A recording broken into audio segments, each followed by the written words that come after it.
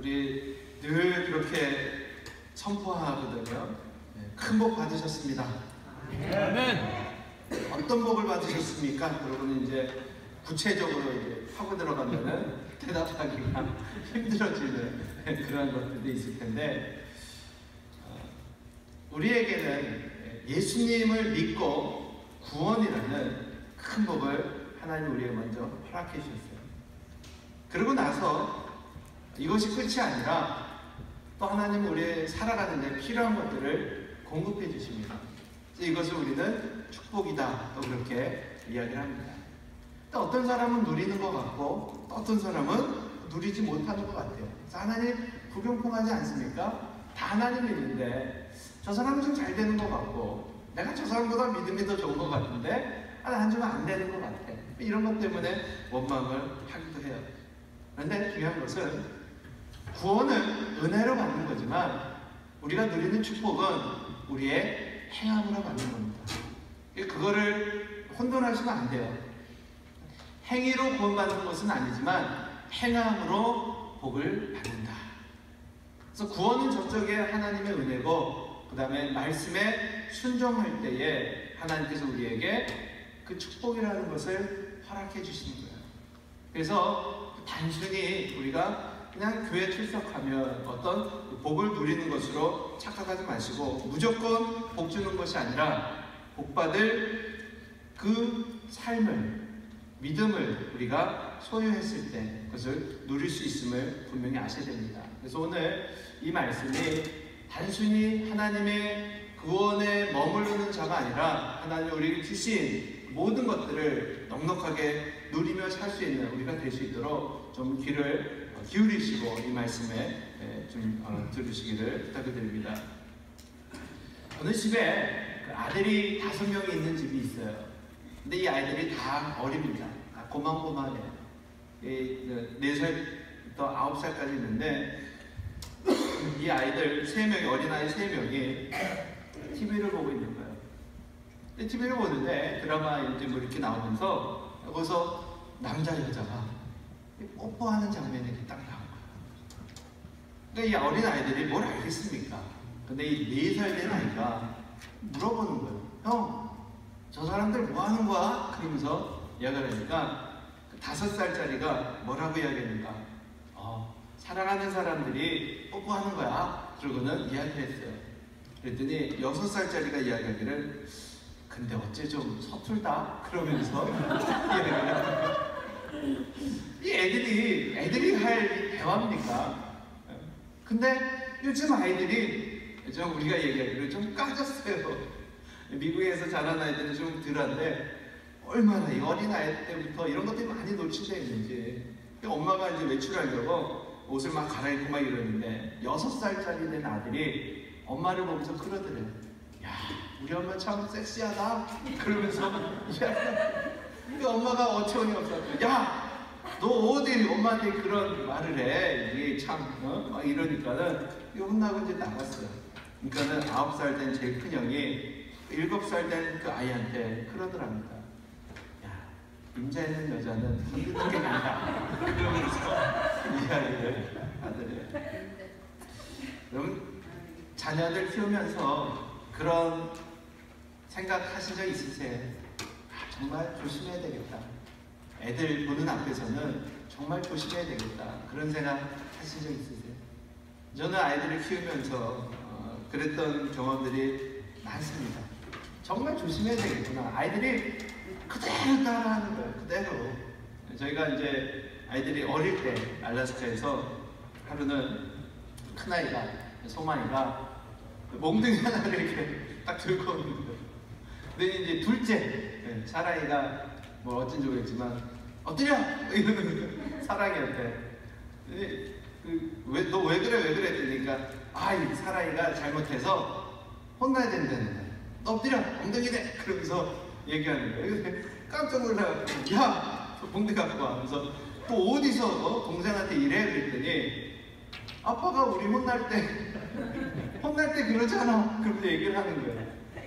야, 아빠는 니네를 혼낼 때 엉덩이 대! 그러고 할 수 있지만 너 어떻게 동생한테 그럴 수 있어? 그랬더니 혼날 때는 엉덩이를 이렇게 때리는 건지 자기가 아빠한테 배웠다는 거예요.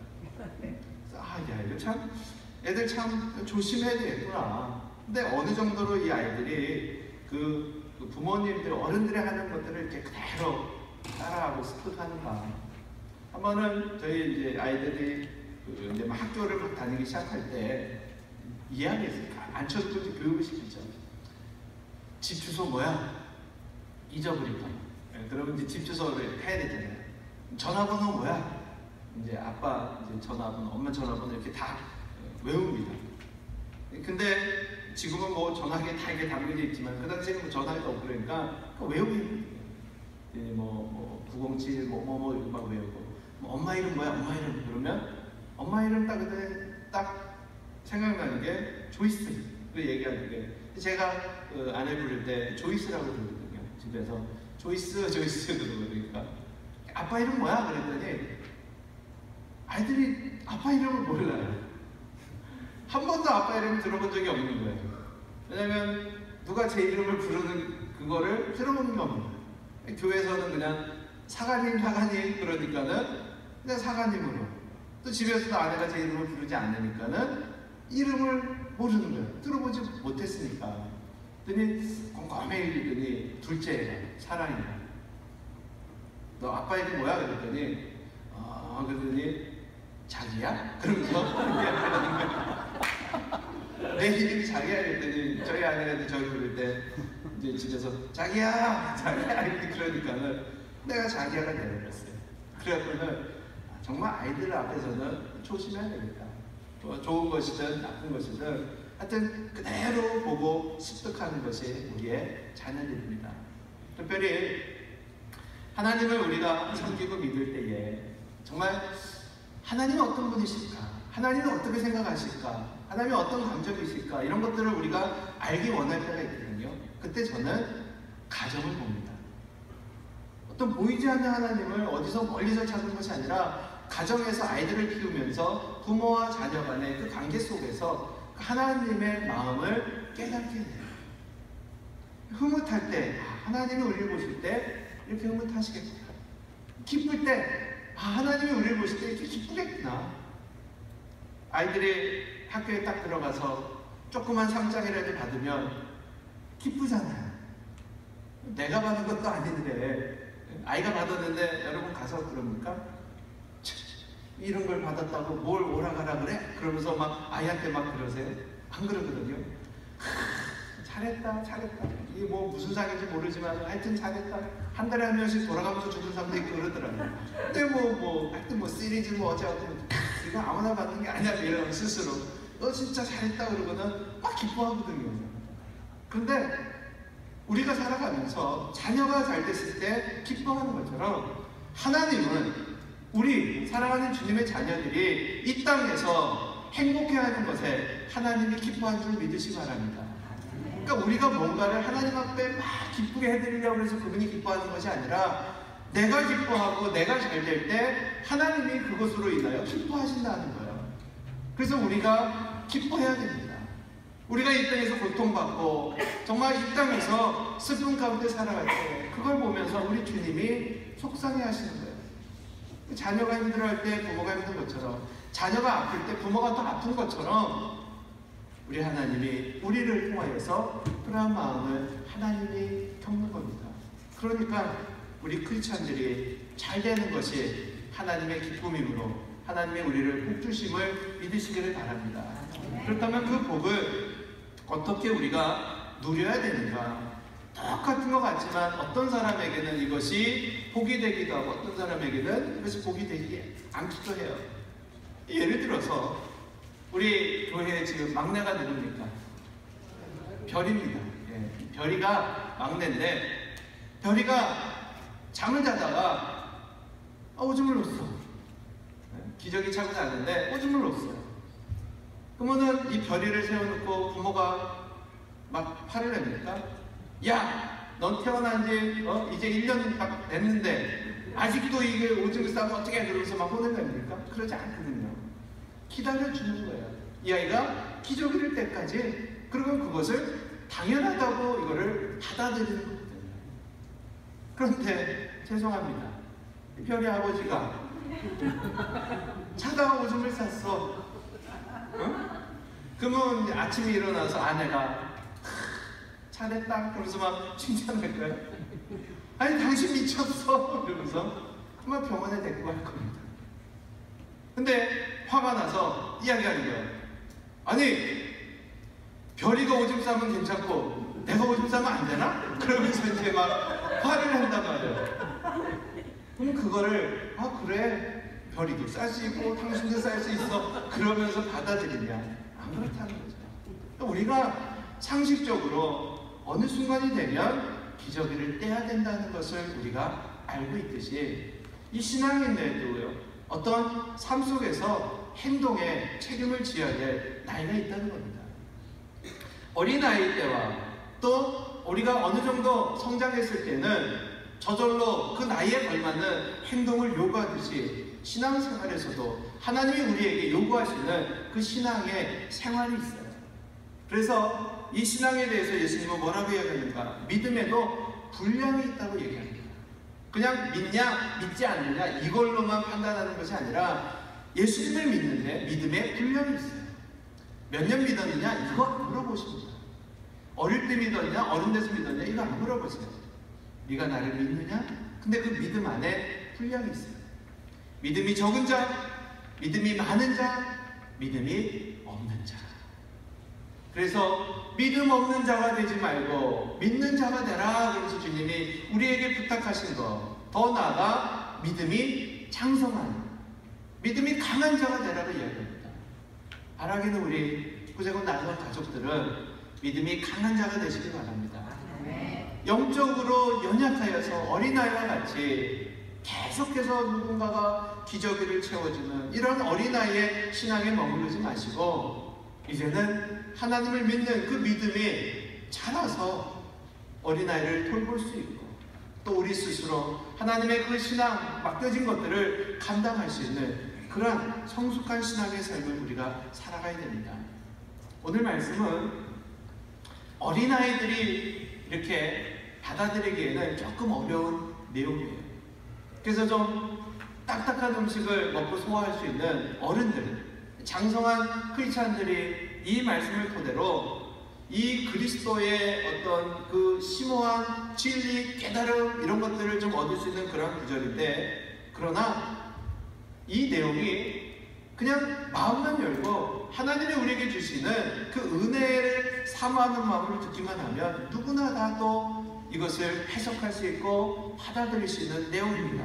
그러니까는 어렵다 이렇게 거부할 것이 아니라 마음문을 열고 오늘 말씀이 우리의 삶 가운데 얼마나 참 귀한 것인가를 깨닫고 그렇게 살아가시는 저 여러분 되시기를 주의 이름으로 축원합니다.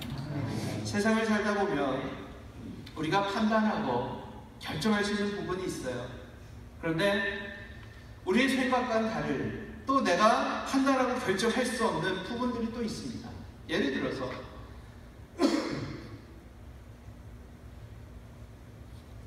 여러분들이 살고 있는 집 어디에서 살 거냐 결정할 수 있습니까?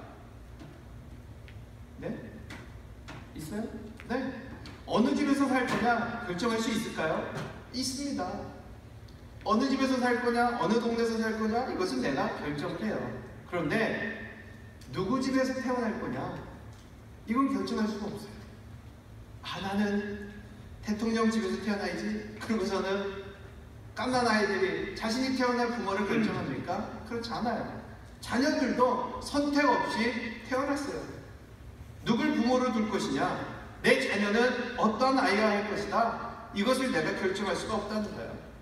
어떤 사람으로 태어날 거냐 키 큰 사람으로 키 작은 사람으로 내가 결정하지 않았어요.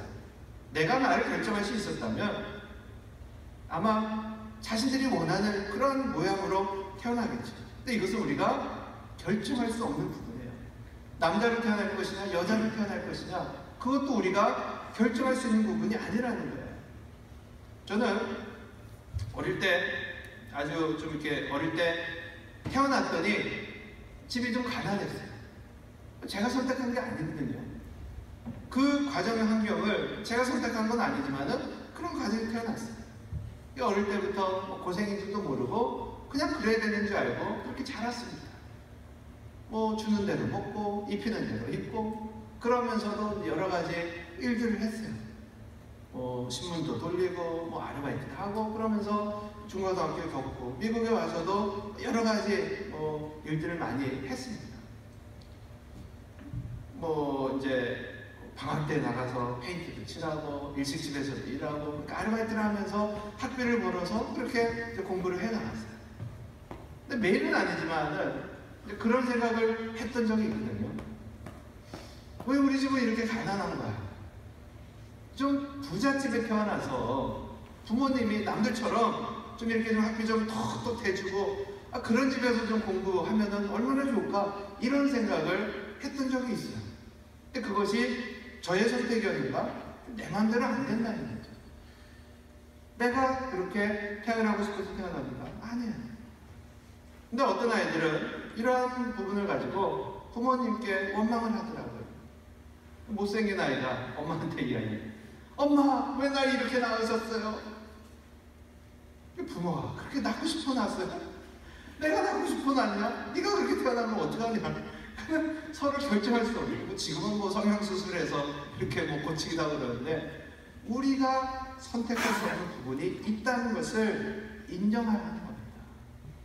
오늘 본문 말씀은요, 바로 우리의 선택이 아니라 우리가 어쩔 수 없는 바로 그 상황을 이야기하고 있어요. 이 땅에 죄가 들어왔고 그 죄가 우리에게 전해져서 우리가 그 죄를 가지고 이 땅에 태어났다는 거예요. 이게 조금 어렵지만 나의 선택이 아니라 이 땅에 죄가 들어왔고 그 죄가 우리 모든 사람들에게 전가되었고 태어나는 모든 사람들이 이 죄를 가지고 태어난다는 거예요. 이 신학적인 용어로 죄의 전가, 원죄 뭐 이렇게 이야기합니다. 아마 말씀을 들으면서 성경 공부하면서 한두 번은 들어보셨을 거예요. 원죄? 원죄가 뭐냐? 우리가 원죄를 가지고 태어난다는 거예요. 아주 우습게 들리기도 하고 도대체 이게 무슨 말인지 우리가 모를 수도 있습니다. 한 사람의 불순종으로 말미암아 이 땅에 죄가 들어왔고 모든 사람이 이 죄를 가지고 태어난다는 거예요. 근데 이 대표성의 원리를 인정하지 않으면요 우리는 구원받을 수가 없습니다. 왜 그러냐? 한 사람 때문에 죄가 이 땅에 들어와서 내가 죄인이 되었다면 바로 한 분 때문에 십자가에 나의 죄를 위해서 그 죄를 대속하신 예수님 때문에 내가 구원받았음을 내가 인정하지 않는 것과 똑같다는 거예요. 어떻게 예수님 때문에 우리가 구원을 받았습니까? 그분이 십자가에서 돌아가셨는데 왜 내가 십자가에서 죽은 것이 됩니까? 이게 바로 대표성의 원리예요. 그러니까 한 사람 때문에 내가 죄인이 되었고 한 사람 때문에 내가 의인이 되었다는 거예요. 바로 이것이 오늘 사도 바울이 이 5장을 통해서 우리에게 하고자 하는 바로 그 말씀의 결론입니다. 예수 그리스도로 말미암아 우리가 영생을 얻었다는 것. 바로 이 대표성의 원리를 깨달으라는 거예요. 이것을 조금 쉽게 얘기를 하면요. 운동 경기를 한번 여러분 생각해 보시기 바랍니다. 여기 다저스가 LA의 야구팀인데 이번에 지구 우승하신 거 아십니까? 예, 우승했어요. 그리고 저기 뉴욕 가서 이제 경기를 해야 되는데 그것마저도 포기하고 있다가 어저께 이 LA에서 그 1차전, 2차전을 여기서 엽니다. 뭔 얘기를 하는지 모르시더라도 그냥 이렇게 끄떡하면 돼요. 그냥 여기 LA 사는 사람들의 잔치가 벌어진 거예요. 근데 이게 나랑 무슨 상관이에요? 걔네들이 뭐 월급 타서 우리한테 뭐 조금이라도 헌금합니까? 그렇지 않아요. 그럼에도 불구하고 우리 팀, 왜? LA이기 때문에 우리 팀이라고 우리가 얘기하거든요. 쉽게 더 나가서 2002년도에 월드컵이 벌어졌습니다. 우리나라가 몇 강까지 올라왔습니까? 4강. 그때 막 잠 안 자고 막 대단했죠? 우리 아이들이 막 그때 막 3살 막 이렇게 됐을까? 새벽에 깨워서 TV 앞에 다 앉혀놓고요. 제가 3명 빨간 옷 입혀갖고 그리고 제가 앞에서 정말 아이들이, 조그만 아이들이 땡! 이거야. 교육을 시켜서 여기서 태어난 아이들인데 왜 그랬을까요? 아이들한테 뭐 주입시켰거든요. 야, 우리나라가 이긴 거야. 우리나라. 근데 11명 선수끼리 싸웠지만 우리는 그렇게 생각하지 않아요. 왜? 그들은 국가의 대표로서 뛴 겁니다. 그들이 경기에서 이겼지만 수천만이나 되는 모든 국민들이 와 그러면서 우리가 이겼다 좋아했어요. 그게 바로 대표성의 원리입니다. 그 한 사람의 승리가 나의 승리고 그 한 사람의 승리가 기쁨이 우리의 기쁨이 되는 거예요. 일제시대 때 일본이 이제 그 원자폭탄이 탁 투여하니까 천황이 항복을 합니다. 무조건 항복. 한 사람이 항복을 했는데 누가 망한 겁니까? 일본이 망한 거예요. 천황 하나가 항복 그랬더니 모든 군인들이 똑같이 우리나라에 거주했던 군인들이 그냥 손 털고 일본으로 갔어요. 아니 그 사람이 항복해도 여전히 우리에게는 힘과 능력이 있기 때문에 우리는 이 대한민국을 그냥 지배하겠다 이렇게 얘기하지 않았어요. 왜? 천황이 항복했기 때문에. 그것이 일본의 대표거든요. 이게 바로 대표성의 원리입니다. 그러니까 한 사람인 것 같지만 그 한 사람이 모든 것을 대표하는, 바로 그래서 아담 한 사람 때문에 이 땅에 죄가 들어왔고 예수 그리스도 한 분 때문에 우리 가운데에 구원이라는 큰 선물을 하나님이 우리에게 주셨다는 거예요. 바로 이 대표성의 원리. 어떠한 지도자가 세워지느냐, 이 한 사람으로 얼마나 많은 영향을 미칠 수 있는가 우리는 분명히 알고 있습니다. 구약의 그 기사는 그래요. 이스라엘 그 왕 한 사람이 하나님께 순종하면 이스라엘 백성 모두가 다 축복을 누렸고요. 그 왕 한 사람이 하나님 앞에 우상을 섬기고 불순종하면 국민들 모두가 다 고통을 받는 거예요. 얼마나 리더가 중요합니까? 우리 교회도 특별히 서로가 서로를 위해서 많이 기도해야 되지만 특별히 리더들을 위해서 기도해 주셔야 됩니다. 저를 위해서도 기도해 주셔야 돼요. 넘어지지 않고 아프지 않고 정말 지치지 않고 삶을 잘 감당할 수 있고요. 버스를 이렇게 운전하고 가다가 그 승객 하나가 이렇게 딱 쓰러지면 병원에 모시고 가면 되지만 운전사가 쓰러지면 여러분 어떻게 되는지 아십니까? 그 버스가 다 사고 나서 그 안에 있는 사람들이 다 다치는 거예요. 비행기를 몰고 가다가 승객 하나가 넘어지면 괜찮지만은 그 비행사가 쓰러지면 그 비행기가 추락해서 다 죽는 겁니다. 그 리더가 얼마나 중요합니다. 저를 위해서 기도해 주시면 안 됩니다. 어느 군대든지요, 사람은 똑같은데 어떠한 리더가, 어떠한 지도자가 리더로 있느냐에 따라서 그 군인들이 엄청나게 달라져요. 히딩크가 우리나라의 감독으로 와서 그때의 4강이라는 그 실력으로 이렇게 키워놨어요. 그러고 나서 히딩크가 딴 데로 가고 다른 사람이 저기가 됐어요. 감독이 됐어요. 선수들이 똑같아요. 근데 그 다음에 경기에 못 올라갔어요. 히딩크가. 그럼 난리가 났죠. 아니 똑같은 애들 가지고 똑같이 축구하는데 왜 안 되는 거예요? 감독이 바뀌니까 안 되는 거예요. 서양에 이런 속담이 있습니다. 여러분, 사자하고 양이 싸우면 누가 이겨요? 사자가 이기는 거죠. 근데 사자가 지도자인 양의 무리와 양이 지도자인 사자의 무리가 싸우면 양이 이긴다. 이런 속담이 있어요. 무슨 얘기인지 아세요? 사자가 리더인 양의 무리와 양이 리더인 사자의 무리, 이 둘이 싸우면 양들이 이긴다. 왜? 양들이 무슨 교육을 받았어요? 사자가 리더니까 양들이 사자의 교육을 받은 거예요. 근데 사자 무리를 양이 교육시키니까 양의 교육을 받은 거예요. 이게 싸우면 양이 이긴다는 거예요. 사자의 훈련을 받은 거예요. 굉장히 그 한 사람이 중요함을 가르치고 있습니다. 이제 우리 교회는 좀 어떤 체질 변화, 좀 우리가 어린아이의 단계에서 벗어나 좀 이제는 성숙한 그런 단계로 들어가는 그런 체질 변화가 좀 나타나길 원합니다. 그리고 저는 분명히 그 단계에 우리가 있다고 믿습니다. 가장 먼저 교회에서 회복되어야 될 것들, 하나님을 향한 믿음, 그리고 우리의 삶에 기도가 좀 이렇게 살아나야 됩니다. 우리의 체질이 바뀌어야 돼요. 그래서 하나님이 기뻐하시는 그런 교회로 우리가 세워지려면 어떻게 해야 됩니까? 교회가 이제 35주년을 앞두고 있습니다. 이 연수를 우리가 자랑하고 100년 됐다, 50년 됐다, 교회에서 이 연수를 자랑할 것이 아니라 교회는 예수 그리스도를 자랑해야 됩니다. 그래서 우리 교회에서 자랑할 것은 예수님밖에 없어야 돼요. 어떤 우리가 했던 그런 것들이 아니라 교회를 통해서 예수 그리스도를 세상에 우리는 자랑해야 됩니다. 그렇기 때문에 우리 스스로가 교회가 무엇이며 교회가 감당해야 될 사명이 무엇인가를 우리가 깨닫고 그렇게 교회를 세워가도록 우리가 노력을 해야 됩니다. 저는 소망이요. 저의 소망은 좀 그런 인정을 좀 받고 싶어요. 좋은 사람, 착한 사람, 재밌는 사람 이런 그 고백보다는 훗날에 그냥 이사관 그러면 그래도 그분 때문에 내 믿음이 성장한 것 같아.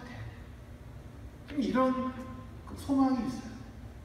같이 성경 공부하고 같이 신앙생활 하면서 나의 믿음이 좀 성장한 것 같아. 이런 고백을 좀 이렇게 받길 원해요. 아, 그건 그때 참 재밌었어, 좋았어. 아, 운동 열심히 했어. 그분 덕에 땀 많이 흘렸어. 아, 이걸로만 끝나는 것이 아니라 그래도 그 사람 때문에 내 믿음이 좀 성장한 것 같아. 이것이 목회자로서 제가 듣고 싶은 고백이고 또 그렇게 되기 위해서 노력을 할 겁니다. 그렇기 때문에 우리 모든 성도님들 오늘 예수 그리스도로 말미암아 우리가 사망의 왕노릇하던 그 우리들이 이제는 예수님 때문에 구원을 얻었고 하나님의 축복의 자녀가 되었음을 분명히 믿고 이제는 그리스도의 은혜로 그리스도의 자녀로서의 그 삶을 우리가 살아갈 수 있게 되시기를 주님 축원합니다. 베드로가 연약했던 베드로가 예수님 때문에 변화됐어요. 그가 어떤 사람이었는가? 늘 같이 다닐 때는요 좀 이렇게 말을 좀 잘하던 사람이에요. 예수님 어디를 가든지 저는 예수님 함께합니다. 딴 데로 발령받으시면요 저 쫓아갈 거예요. 이러신 분들이 있어요. 어디를 가든지 나는 갈 거예요. 죽어도요 단사는 다 떠나도요 저는 떠나지 않습니다. 그렇게 호언장담했던 베드로가 예수님이 딱 잡혀가니까 도망쳤어요. 치사하게. 그러고 나서 이제 딱 이렇게 지켜보고 있는데 그 여자 신하가 물어보는 거야. 너 제자 아니야? 그랬더니 안면에 싹 까네요. 거기서 아니라고 비슷한 사람이겠지. 그러면서 3번을 부인하더니 저주까지 하네요. 인간 세상에서도 참 사람들이 의리가 있어야 되는데 예수님 내 목숨 걸고 내 예수님 쫓습니다 이랬던 호언장담했던 베드로가 한 번에 그렇게 바뀝니다. 근데 그런 베드로가 다시 생명을 걸고 그 예루살렘 한복판으로 뛰어나옵니다. 그런 세상을 향하여 담대 외칩니다. 그러고는 잡혀서 십자가에 거꾸로 매달리는 가운데서도 그 예수님을 부인하지 않아요. 무엇이 이 베드로를 그렇게 변화시킬 수 있습니까? 사도행전 3장에 보면 그러한 기사들이 등장합니다. 성전으로 기도하러 이렇게 올라가는데 안진뱅이를 만났어요. 구걸하는. 평상시에 뭐 이렇게 지나다니던 길인데 그날 안진뱅이가 눈에 들어오는 거예요. 그러면서 그들에게 이렇게 이야기합니다. 야, 은과 금은 나에게 없지만 곧 나에게 있는 것을 너에게 주노니 뭐라고 얘기해요? 곧 나사렛 예수의 이름으로 일어나 걸어라.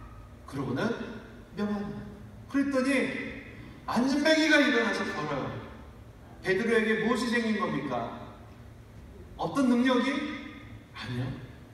예수 그리스도로 말미암아 이런 능력이 행해진다는 것을 베드로가 그때부터 믿기 시작한 거예요.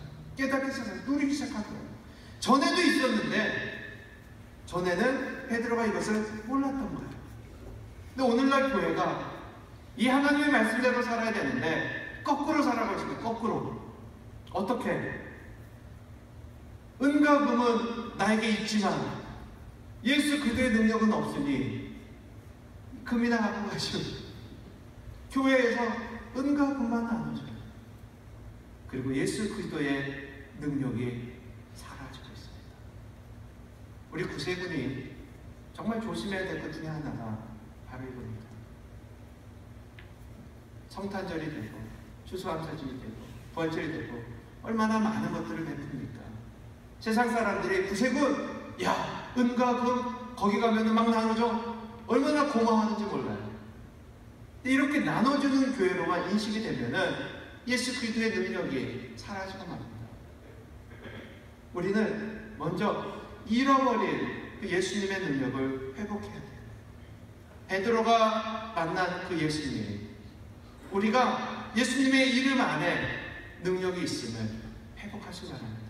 그래서 세상을 향하여, 우리 가정을 향하여, 우리의 문제를 향하여 여러분 외치세요. 나는 능력이 없지만 곧 나에게 있는 것 예수 그리스도의 이름으로 명하노니. 가정에서도 직장에서도 우리의 예수의 이름으로 선포하고 기도하며 외치면 그대로 될 줄로 믿습니다.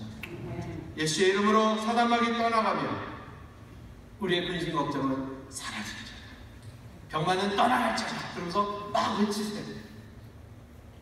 나는 능력 없지만 예수의 이름에 능력이 있습니다. 오늘 이 말씀을 통해서 하나님이 우리에게 주신 그 능력을 회복하길 원합니다. 예수 그리스도로 말미암아 이제는 사망 권세로부터 해방되었고 예수 그리스도로 말미암아 우리가 자유를 얻었으며 예수 그리스도로 말미암아 능력이 우리에게 주어졌음을 믿으시고 선포하시고 누리시고 이제는 어린아이에서 벗어나 주님이 기뻐하시는 장성한 분량의 그러한 능력의 삶을 살아가시는 여러분 되시기를 주의 이름으로 축원합니다. 기도하겠습니다.